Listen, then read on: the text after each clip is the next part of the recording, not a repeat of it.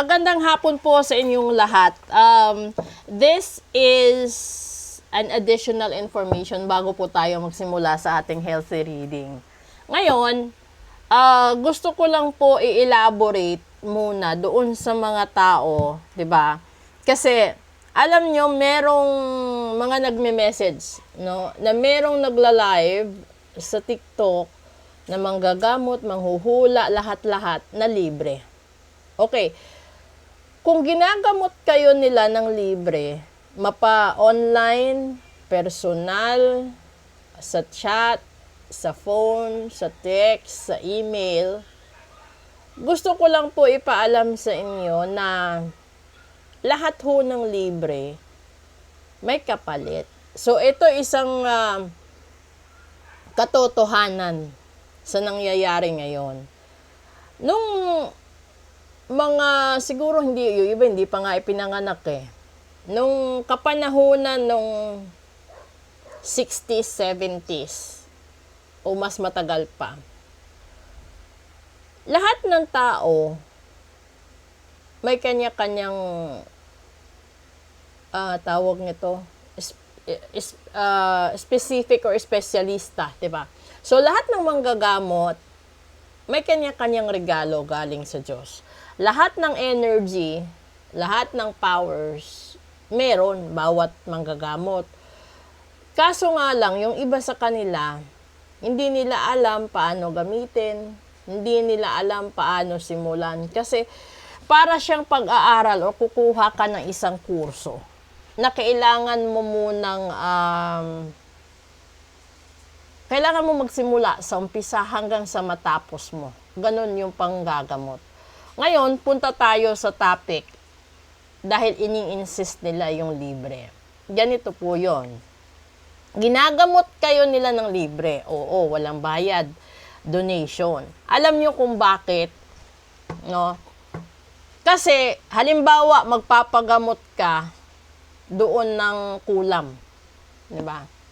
So, magdo-donate ka lang. Yung donation mo na yon, doon yun mapupunta sa gumawa ng panggagamot mo.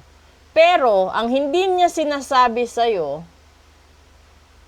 is, halimbawa, yung kalaban mo is mayaman or may kakayanan. 'Di ba? Pinakulam ka, pinabarang ka, ginayuma ka, isinumpa ka. Tapos nagpagamot ka dito sa libre.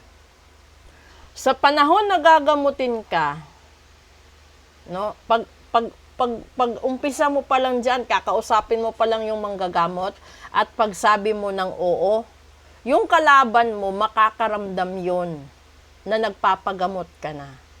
So, maghahanda siya. Alam na niya yun. Kasi, bago siya nagpakulam, nagpabarang, nagpasumpa, at lahat-lahat, in-explain na rin yun ng taga-ritual doon sa kabila kung anong posibleng mangyayari. Sasabihin niya, posible darating ang panahon, itong pinakulam mo, magpapagamot.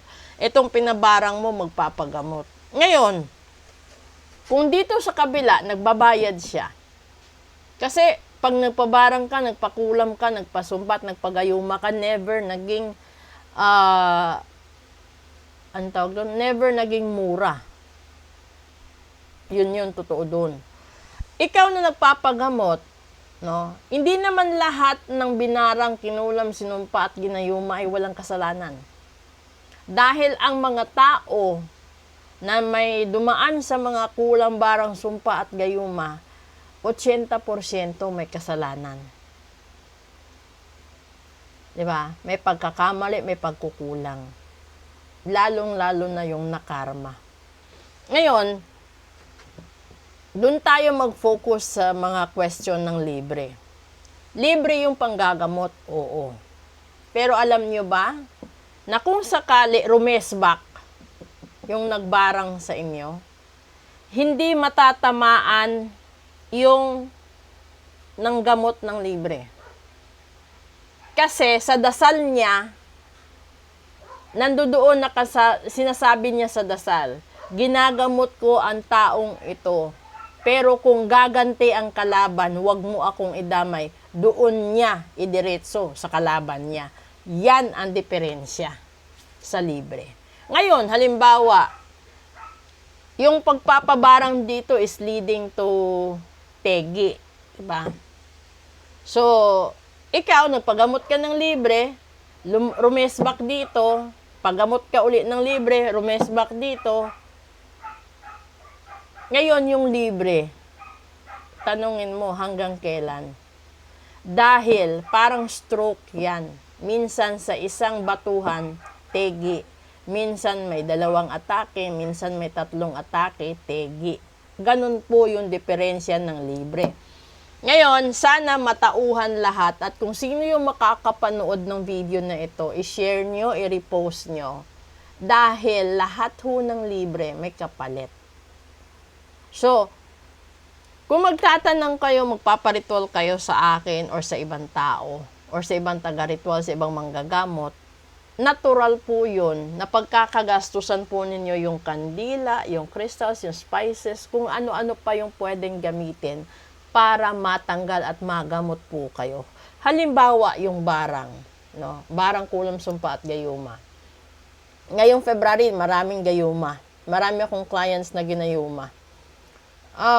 Doon tayo sa gayuma dahil February. Yung gayuma naman, depende. May gayuma na pinainom, may gayuma palipad hangin, may gayuma na pinadapuan kayo ng matinding sakit, may gayuma na pinaubos yung pera nyo, negosyo nyo, ari-arian nyo, yung gayuma na mag-away-away kayo, at yung gayuma na ikaw lang ang mamahalin ng tao. Pero alam nyo ba na kapag yan hindi nalagay sa tamang proseso, leading to tegi lahat yan.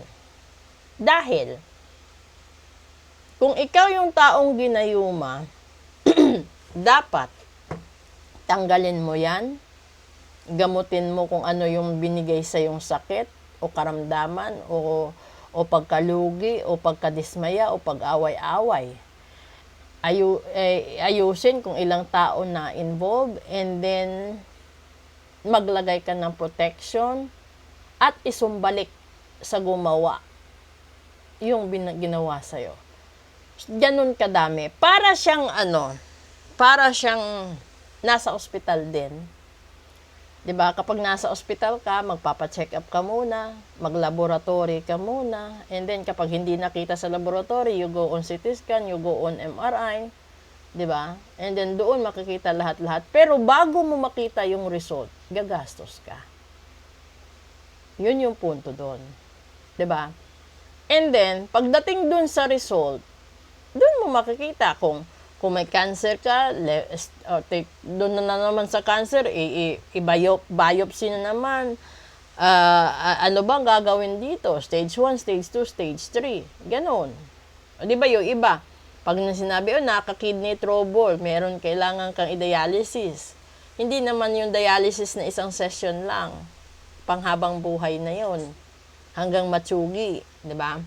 Ngayon, ganon din po sa ritual. So, kapag nakarinig kayo ng libre, huwag kayong alerto. Dahil nasisira at kayo din mismo ang nagsisira ng mga bagay-bagay na imbes pwede pa kayong magtagal ng 6 na buwan, 1 taon. Nagpagamot kayo, pwede kayong mamatay in 24 hours kapag rumesbak yung kalaban. 'Di ba? Ngayon, kung tungkol naman sa finances, yung dahilan, mga utang-utang, no, yung hindi ka nagbayad, habulin mo bago ka pa matsugi. Dahil darating ang panahon, matutsugi ka hanggat hindi mo yan binabayaran.